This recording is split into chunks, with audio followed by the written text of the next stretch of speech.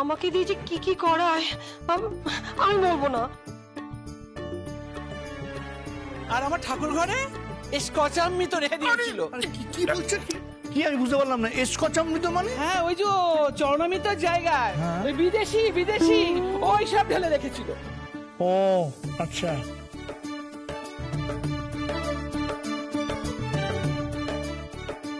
গীত গীত কি রে তুই? এসব কি?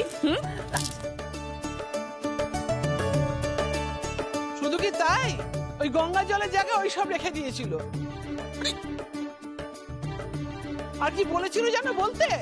ওং স্কচায় নমঃ, ওং স্কচায় নমঃ।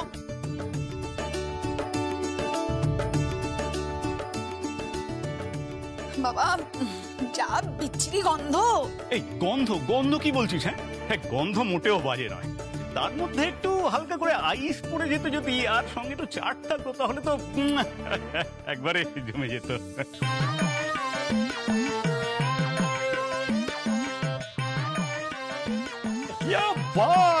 একেবারে আপনি আমার মনের কথা বলে দিয়েছেন, থ্যাংক ইউ। তাহলে হয়ে যাও কিসি বাত পে। ওই মানে ওই একটু ইয়ে আর কি।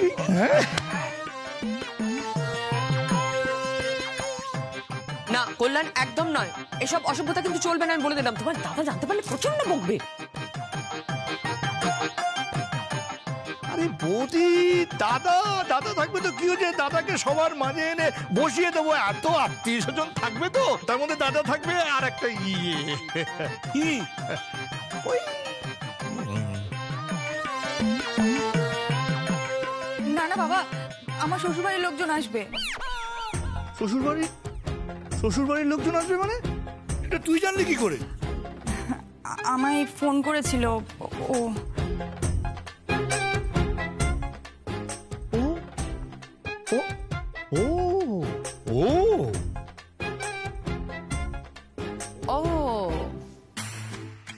ও ফোন করেছিল? তা ও কি বললো? ও বলল ওরা আসবে, সামনেই তো দুর্গাপুজো, 2 দিন বাদে দুর্গাপুজো, তাই ওরা সবাই আসবে। বাহ, দারুণ! শ্বশুরবাড়ির লোকজন আসবে। আসল শ্বশুর মশাই কিনা সবার মাঝখানে একেবারে বসিয়ে দেবো, তাহলে হুল্লোড়। এই পুরো রায়বাড়িতে সোমরস আর মদিরার হুল্লোড় বয়ে যাবে। আজ তো যমুনা দিত তোমাকে। এই দেখো, আরে যমুনাকে বলার কি আছে? কি আসছে বৌদি না সবসময় আর বকাঝকা শুরু করবে না, দরকার নেই যমুনাকে বলা। এখন কেন? যমুনা মোদির নাম শুনেই গুটিয়ে গেলে তো? এই দেখো কি মুশকিল আছে, যমুনাকে বলার কি আছে? পুরো আনন্দটাই মাটি হয়ে যাবে। যমুনাকে বলার দরকার নেই। মাটি হয়ে যাবে না? কি করছিস? দাঁড়াও, ফোন কর যমুনাকে বল। এটা কি হচ্ছে? না না না না না না না না, যমুনাকে নো কমপ্লেন। না না না, রাখো। ঠিক আছে, থ্যাংক ইউ। আর শোন, তুইও কিন্তু আমার পক্ষে শ্বশুরবাড়ির লোকজন আসবে, মাথায় রাখবে। আচ্ছা, তাহলে ব্যাপারটা কি দাঁড়ালো? মানে শুরু হয়ে যাক। বলছেন যখন হোক।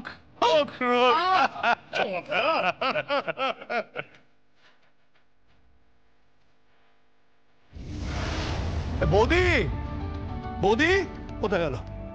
বৌদি, বৌদি আমি একটু আসছি। আরে কোথায় যাচ্ছ? আরে বাবা, রেশন আনতে হবে না? হ্যাঁ, রেশন মানে? স্টক। বাড়িতে এত বড় একটা পার্টি হবে, জমজমাট পার্টি হবে, তো স্টক লাগবে না? কি যে বললেন এসব ছাইপাস তুমি বাড়িতে আনবে না, কিন্তু বলে দিলাম। কি আশ্চর্য, বাড়িতে একটা এত বড় একটা উৎসব পার্টি হবে, আর বাড়িতে তো কেউ নেই। কে দেখতে চাইছে? গোল! কোথায় যাচ্ছেন আঙ্কেল?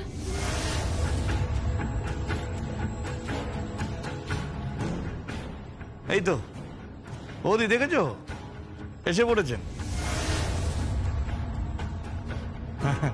মুখে মধু আর মনের ভেতরে নিমতিতার অসাধারণ প্যাকেজ নিয়ে। হ্যাঁ, তুমি আজ এখানে? শুনলাম প্রতিমা আসনে বসে গেছে। তা সাজগোজ শুরু হয়েছে তো? না, শুরু হয়নি। তুমি তো সাজাবে। হ্যাঁ, মানে তুমি সাজাবে, তুমি গোছাবে, তুমি সব করবে। তুমি তো সব, তুমি তো করবে, তাই না?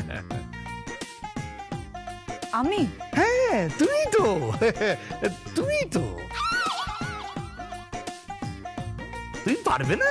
পারবে পারবে, তুমি লক্ষ্মীমন্ত মেয়ে তো না, কি সুন্দর সংসারী মেয়ে তুমি, তুমি পারবে।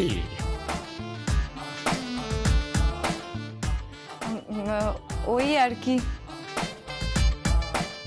আর যা কি ভোগ রাখবে নাকি? কেন বড় বৌদি? আর যা তো ভোগ রান্না করতে পারে, পারো তো? ও তাই বুঝে, কিন্তু ও তো এই বংশের কেউ নয়। আর তাতে কি হয়েছে বৌদি? বাইরের লোকও তো ভোগ রান্না করতে পারে, তাই না? ওর দীক্ষা নেওয়া আছে? নেই নেই তো তাতে কি হয়েছে? দীক্ষা দেওয়ানো হবে। এই আজাদ দীক্ষা নিতে পারবে না? দীক্ষা মানে কার কাছ থেকে দীক্ষা নেব?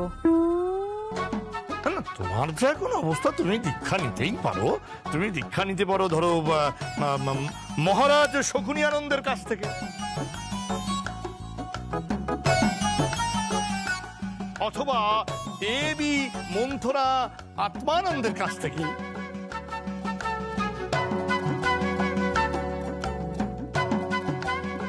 কে? ছোড়দা ছোড়দা, এভাবে কথা বলিস না। আর আর কেন কেন কেন ও ভোগ রান্না করতে পারবে না কেন? আমি ব্যবস্থা করে দেবো, আমি ওর দীক্ষা নেওয়ার ব্যবস্থা করে দেবো। ওকে দীক্ষা দেয়াবো, তারপর ওকে দিয়ে ভোগ রান্নাও করাবো। হ্যাঁ, কিন্তু ভোগ রাঁধতে গেলে উপোস করতে হয়। হ্যাঁ উপোস। ঠিক আছে, করে দেব।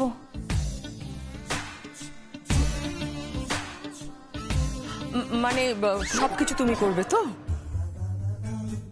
বোধনের আয়োজন করা, সন্ধি পুজোর আয়োজন করা, সবটাই তুমি সামলে নেবে? হ্যাঁ, আমি সব পারবো, সব। আর তাছাড়া বড় পিসমণি তো আমার সাথে আছে। হ্যাঁ বড় পিসি তো আছে নিশ্চয়ই। বৌদি ভাবতে পারবে না রাগিনী কি পরিশ্রম করে, সারা দিন খেটে খেটে, মানে কি বলবো, আমার এই বোনটা না খেটে খেটে দেখো হাড় মাস একেবারে কালি হয়ে গেল। ওর চোখের দিকে তাকাও, দুটো চোখের তলায় কিরকম কালি পড়েছে না? হ্যাঁ দেখো। কথা বলছিস, কালি পড়বে কেন? এটা কাজল আর মাস্কারা, এটা কিচ্ছু বুঝিস না, চুপ কর তো। ও কাজল আর মাস্কারা? আমার বোনটা কি সুন্দর সেজেছে, ও মাগো আমার বোনটাকে কি সুন্দর লাগছে, ঠিক আমার ঠাকুরটার মতো। বাজে কথা আজা, তুমি চলো তো আমার সঙ্গে, আমি তোমার দীক্ষা নেওয়ার ব্যবস্থা করছি। দীক্ষার ব্যবস্থা না হয় করবে, কিন্তু দীক্ষার মন্ত্র সেটা ওর কানে ঢুকবে তো?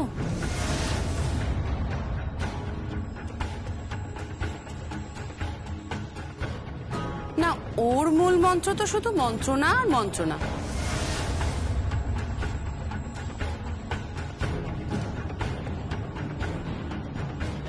কি তাই না আর্যা? কি বলতে চাইছো তুমি গীত?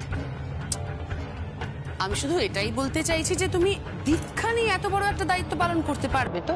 পারবো, আমি সব পারবো। ওই ঢাকের মেয়েটা যা যা কাজ করতে পারে, আমিও তাই করতে পারবো।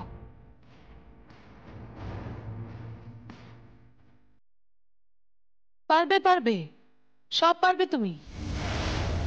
এখন চলো তো আমার সঙ্গে, চল।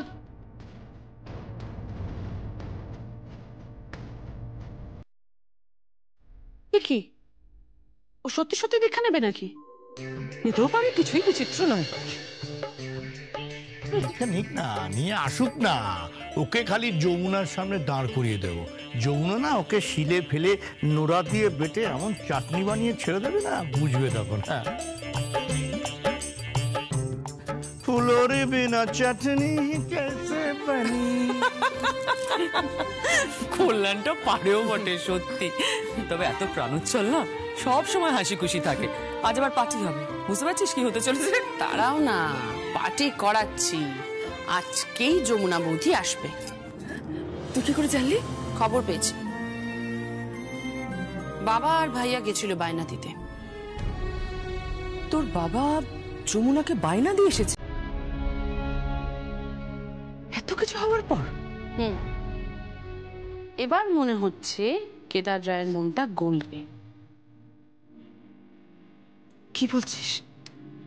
বলছি হয়তো মুখে বলতে পারছি না বাবা, আসলে খুব অহংকারী তো, কিন্তু এবার গলবে, এবার ঠিক গলবে। আর এদিকে থাকবে আরচা আর পরবিশে।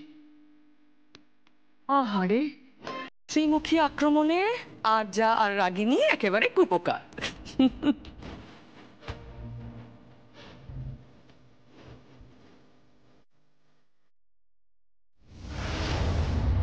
এসো না। আরে বাবা আস্তে। তোর বাবা ছাড়ো তো। বড় পিসমণি, কি গো তুমি? আচ্ছা দীক্ষা নেবো, কোথা থেকে আমি দীক্ষাটা নেবো? একটু থামো না, একটু চুপ করো না।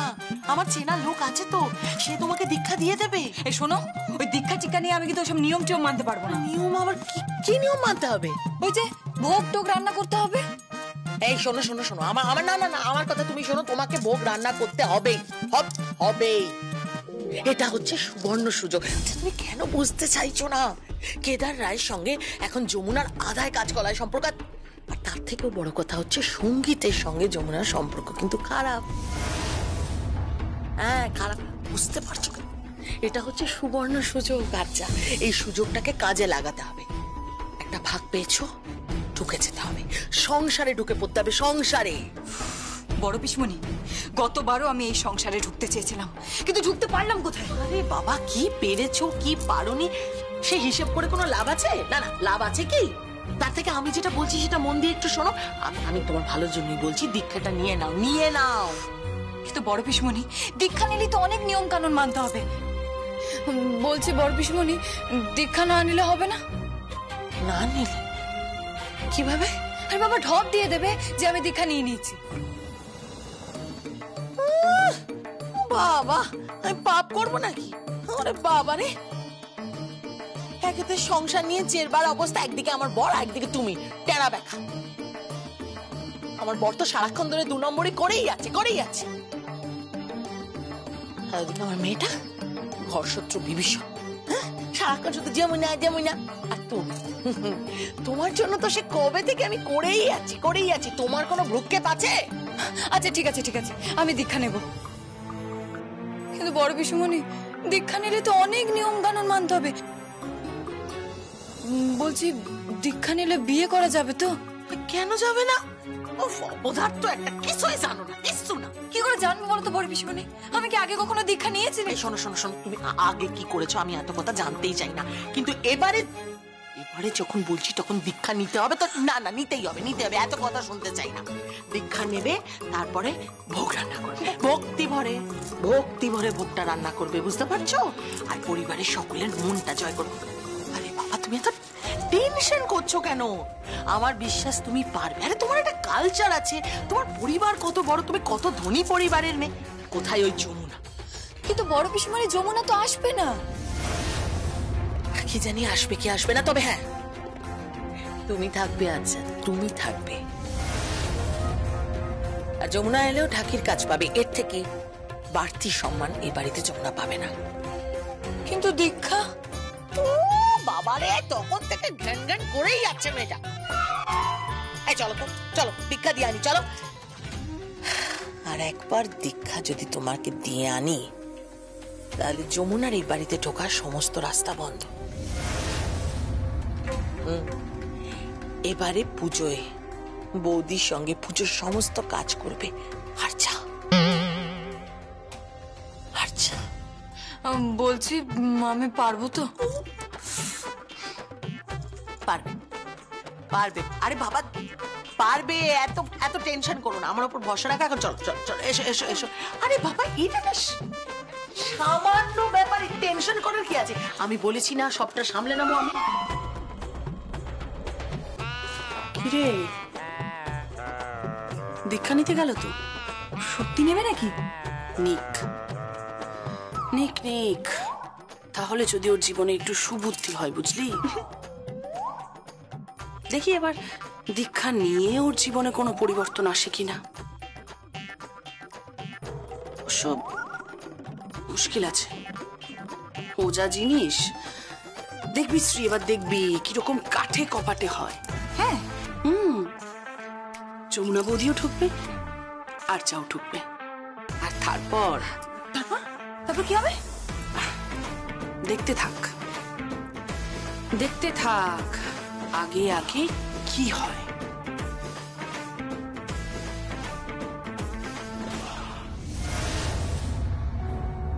আজকে পাত্রের বাবা মা আসছেন, ঠাকুর তার বেদিতে স্থাপন করা হবে।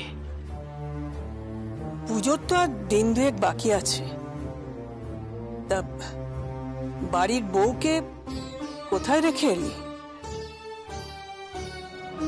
কি হলো? মায়ের কথার উত্তর যে দিতে হয় সে কর্তব্যটা কি ভুলে গেছে কেদার রায়?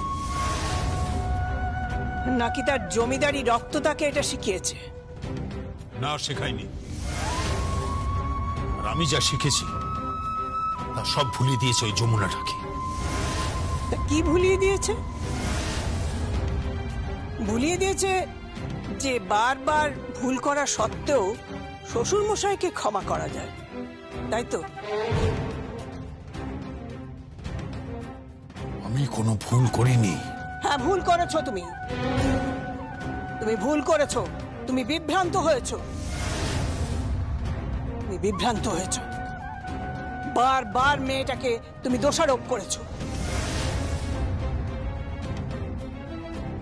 প্রমাণ তো হলো যে মেয়েটা নির্দোষ। এত বড় ঝঞ্ঝাট, এত বড় ঝামেলা, এত রক্তপাত, হ্যাঁ, শেষ পর্যন্ত তো প্রমাণ হলো যে মেয়েটা নির্দোষ, তাই না? কিসের তোমার এত গুমর? কিসের তোমার এত উদ্ধত্ত?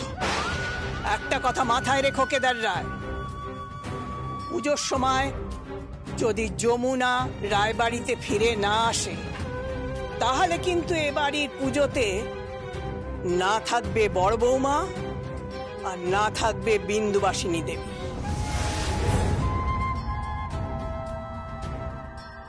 তবে হ্যাঁ, একটা সময় তুমি যেভাবে আমাকে অন্তঃপুরে বন্দি করে রেখে দিতে পুজোর সময়, ঠিক একইভাবে এবার আমি অন্তঃপুরে নিজেকে স্বেচ্ছায় বন্দি করে রেখে দেব। দাঁড়াও মা, দাঁড়াও। শুধু তুমি কেন, এই পুজোতে এই বাড়ির কেউ থাকবে না। তুমি থাকবে না, বৌদি থাকবে না, আমিও থাকবো না। সেইটা দাদার ভালো করে বোঝা উচিত। কেউ থাকবে না। কেন থাকবে না? আমি থাকবো, ছোট বৌদি থাকবে, শ্রী থাকবে, সবাই থাকবে। আর তাছাড়া ছোটদা, তুই এইভাবে কথা বলছিস কেন? এটা তো কারো ব্যক্তিগত পুজো নয়, এটা একটা বাড়ির পুজো। বাড়ি। আমি বুঝতে পারছি না রাগিনী, তুই এত কথা কেন বলছিস আমাদের বাড়ির পুজো নিয়ে? তুই এই বাড়ির কে? তুই এই বাড়ির হয়েও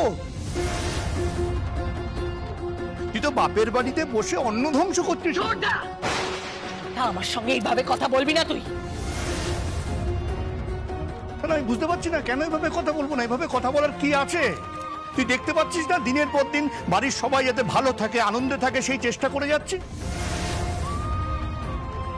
পাত্রপক্ষকে নেমন্তন্ন করা হয়েছে, আজকে পার্টি, আর সেখানে যদি যমুনা না আসে তাহলে সেটা কেমন দেখতে লাগবে? বুঝতে পারছিস না সেগুলো?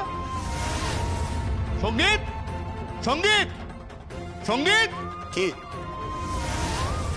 এই হতচ্ছাড়া ছেলে, তোর বউ কোথায়? জানি না। জানিস না কেন? বউকে আনিসনি কেন?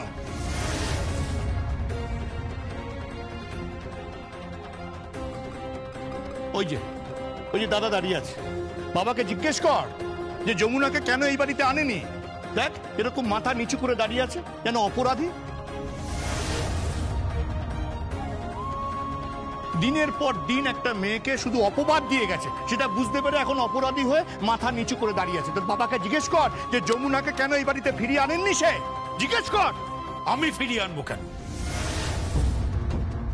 তুমি কেন ফিরিয়ে আনবে? কারণ তুমি যমুনাকে এই বাড়ি থেকে তাড়িয়েছো, তাই। বললেন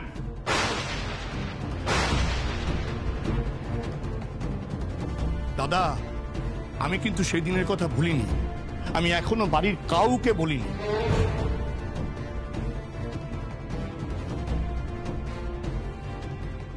বারান্দা থেকে সব দেখেছিলাম।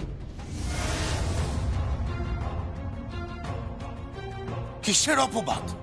কিসের অপবাদ? হ্যাঁ, হয় তুই টাকাটা ফেরত দিবি, না হয় তুই আমাকে বলবি যে টাকাটা কাকে দিয়েছিস। বাবা আমি তো আপনাকে বলছি, ওই 1 কোটি টাকা সম্পর্কে আমি বিন্দু বিসর্গ জানি না। হ্যাঁ জানিস। আমি জানি না বাবা। হ্যাঁ হ্যাঁ তুই জানিস। বল তুই টাকাটা কাকে দিয়েছিস, বল সত্যি করে। তোর বাবাকে, তোর পরিবারের কাউকে, বা এই পরিবারের কাউকে? বাবা আমি তো বললাম বাবা, আমি টাকা নিইনি বাবা। ওই 1 কোটি টাকা আমি নিইনি। আমি বড় পিসিকে দিয়েছিলাম বাবা, বিশ্বাস করুন আমার কথা, আমি টাকা নিইনি বাবা। হ্যাঁ তুই নিয়েছিস টাকা। তাহলে ধরে নেবো যে তোর শরীরে চোরের রক্ত বইছে। যমুনা, তুই তোর মুখে আমার নাম নিচ্ছিস?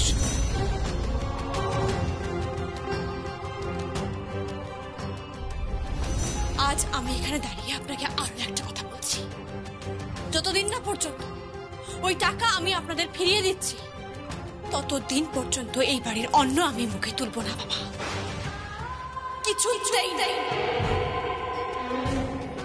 এত বড় কথা তুই আমাকে বললি? হ্যাঁ বাবা, বললাম আমি। তাহলে তুইও শুনে রাখ, কি যদি বাপের বেটি হয়ে থাকিস তাহলে চলে যায়।